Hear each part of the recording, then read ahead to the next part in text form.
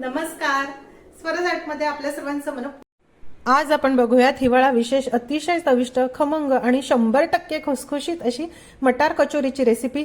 अचूक प्रमाणासह आज मी तुम्हाला ही कचोरीची रेसिपी दाखवली आहे, त्यामुळे कचोरी बिघडण्याची अजिबात शक्यता नाही. चला तर बघूयात आता याची कृती. मटार कचोरी बनवण्यासाठी सर्वप्रथम आपल्याला लागणार आहे 1.5 कप हे मटार. ताजे सोललेले हे मटार आहे. हिवाळ्याच्या दिवसात ह्या ताज्या मटारचीच कचोरी खूप मस्त होते.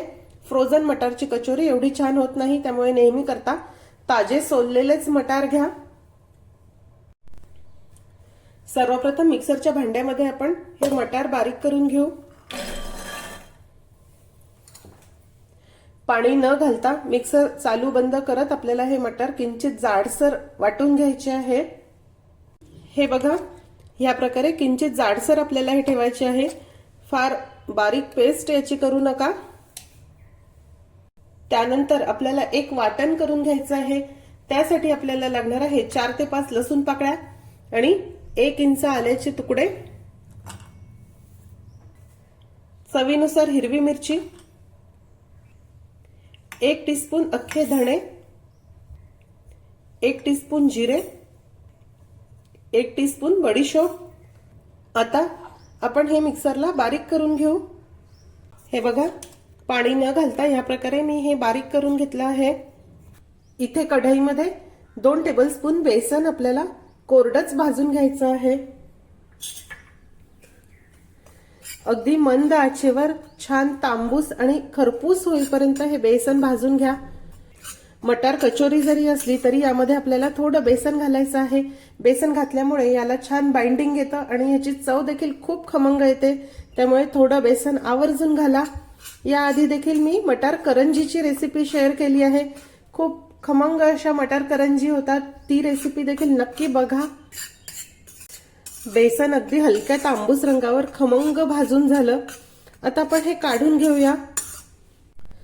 त्यानंतर कढईमध्ये 2 ते 2.5 टेबलस्पून तेल मी गरम करायला ठेवलं. या तेलामध्ये आपल्याला हे वाटण घालायचं आहे.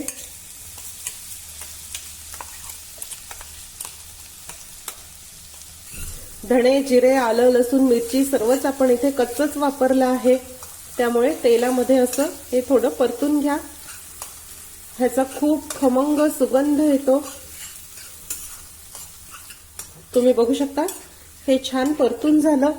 आता यामध्ये चिमूटभर हिंग घालूया, थोडी हळद,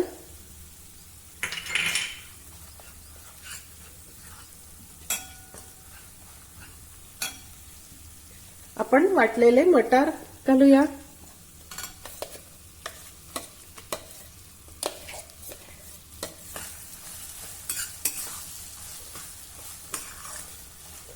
आता मंद आचेवर आपल्याला हे परतून घ्यायचे आहे, कारण मटारही कच्चे आहे.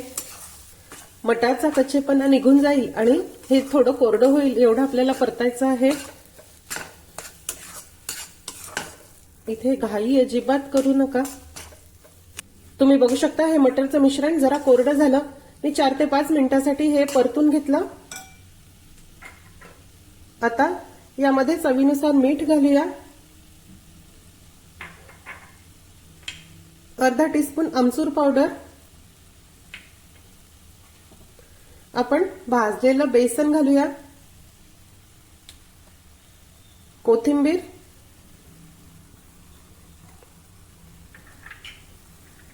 आणि 1 टीस्पून गरम मसाला देखील घालूया. आता हे सर्व आपल्याला नीट मिक्स करायचं आहे.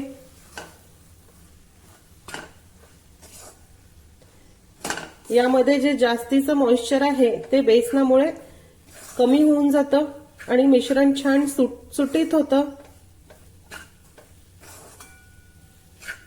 गॅसची फ्लेम अगदी मंद ठेवा आणि आता हे चांगलं मिक्स करून घ्या. आता 2-3 मिनिटांसाठी आपल्याला हे असंच परतत राहायचं आहे, म्हणजे हे व्यवस्थित सुट्ट होईल.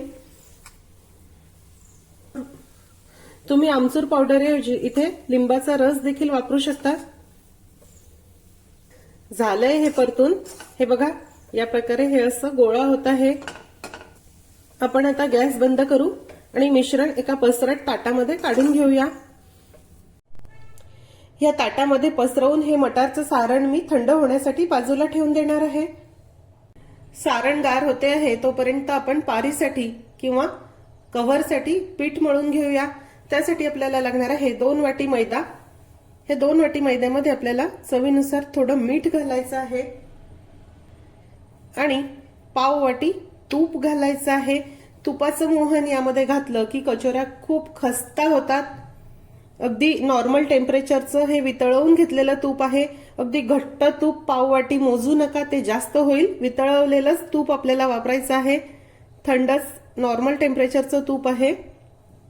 तुपाऐवजी तुम्ही तेल देखील वापरू शकतात, पण तुपाचं मोहन घेतलं की कचोऱ्या छान होतात. आता आपण हे मिक्स करून घेऊ. हे तूप आपल्याला मैद्याला नीट चोळून घ्यायचं आहे. तुम्ही बघू शकता तूप मी याला व्यवस्थित चोळून घेतलं आणि आपण ह्याची जर या प्रकारे मूद केली, गोळा केला, तर तो असा छान गोळा बनतो आहे. म्हणजे तुपाचं मोहन यामध्ये व्यवस्थित आहे. आता हलक्या हलक्या हाताने थोडं थोडं पाणी घालून आपल्याला मऊ गोळा याचा मळायचा आहे. अगदी खूप घट्ट देखील मळू नका आणि पोळीप्रमाणे खूप सैल देखील नाही. किंचित मऊ असा गोळा आपल्याला मळायचा आहे.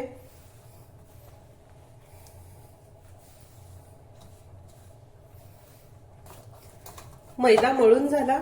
हे बघा या प्रकारे. अगदी खूप देखील याला मळू नका, हलक्या हलक्या हातानेच मळा. आता यावर झाकण ठेवू आणि 10 ते 15 मिनिटांसाठी हा मैदा थोडा मुरण्यासाठी आपण बाजूला ठेवून देऊया.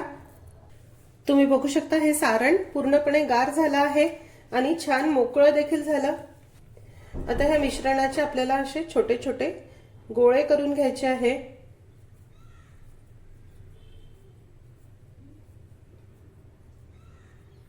या प्रकारे गोळे करून ठेवा, म्हणजे आपल्याला कचोऱ्या बनवणं अगदी सोपं होईल. मटारच्या सर्व सारणाचे मी गोळे तयार करून घेतले. आता आपण हा मैदा देखील मळून घेऊ. हलक्या हलक्या हाताने हा थोडा मळून घ्या. आता आपण कचोरी बनवून घेऊ. त्यासाठी या मैद्याच्या मिश्रणाचा एक गोळा घ्यायचा आहे. थोडा कोरडा मैदा घेऊन याची या प्रकारे पारी करा. मध्ये जाड आणि कडेला थोडं पातळ. आता यामध्ये हे स्टफिंग ठेवायचं आणि हे नीट बंद करून घेऊया. जेवढा आपला स्टफिंगचा किंवा सारणाचा गोळा आहे त्याच्यापेक्षा किंचित मोठा आपल्याला मैद्याचं आवरण घ्यायचं आहे. आवरण जास्त पातळ झालं तरी देखील कचोऱ्या नीट कुरकुरीत होत नाही. हे आवरण थोडं जाडसरच असणं गरजेचं आहे. आता हातावर घेऊन आपल्याला हे असं दाबून घ्यायचं आहे. बघा या पद्धतीने 2 हातांमध्ये ठेवून हे कचोरी अशी आपल्याला दाबायची आहे. या पद्धतीने अजून एक कचोरी तुम्हाला भरून दाखवते. हे बघा या गोळ्यापेक्षा किंचित मोठा आपल्याला हा मैद्याचा गोळा घ्यायचा आहे. हाताने आपण ह्याची पारी करून घेऊ. मध्ये आपल्याला जाड ठेवायचं आहे आणि कडेनी थोडं पातळ गोळा ठेवूया आणि हे बंद करून घेऊ. हे आपल्याला नीट बंद करणं गरजेचं आहे, नाहीतर कचोरी तळताना तेलामध्ये फुटतात. या प्रकारे दाबून घ्या. हातावर नीट घोळू आणि तळ हातामध्ये या प्रकारे दाबून घेऊ. तुम्हाला हवं तर तुम्ही ह्या कचोऱ्या लाटून देखील घेऊ शकता, पण नाही लाटल्या तरी या प्रकारे देखील त्या छान होतात. इथे काही कचोऱ्या मी तयार करून घेतल्या. आता आपण ह्या तळून घेऊ. कचोऱ्या तळण्यासाठी इथे मी तेल गरम करायला ठेवलं आहे.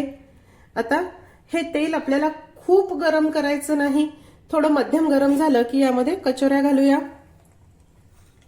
एकदम गरम तेलामध्ये कचोऱ्या घातल्या की त्या पटकन करपतात आणि चांगल्या खुसखुशीत होत नाही. एका वेळी तेलात सहज मावतील एवढ्या कचोऱ्या घाला. आता गॅसची फ्लेम आपल्याला अगदी मंद ठेवायची आहे आणि जोपर्यंत ह्या कचोऱ्या तळून वरती येत नाही तोपर्यंत याला हलवायचं देखील नाही. तळताना नीट काळजी घेतली की हमखास खुसखुशीत अगदी विकतच्या असतात तशाच कचोऱ्या घरी देखील बनवता येतात.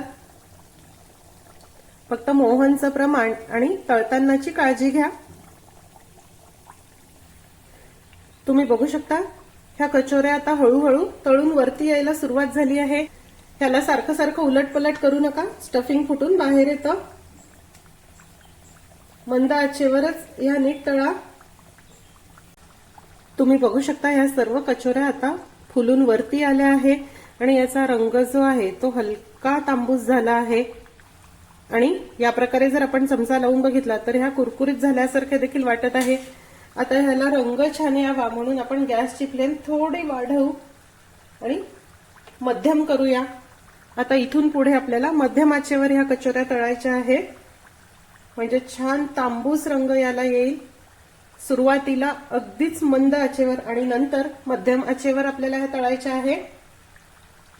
हे बघा किती छान तांबूस रंग याला आला आणि मस्त कुरकुरीत देखील ह्या कचोऱ्या झाल्या. आता आपण ह्या काढून घेऊ. अतिशय सुरेख आणि कुरकुरीत ह्या झाल्या आहे. थोडं तेल निथळवून आपण कचोऱ्या काढून घेऊया.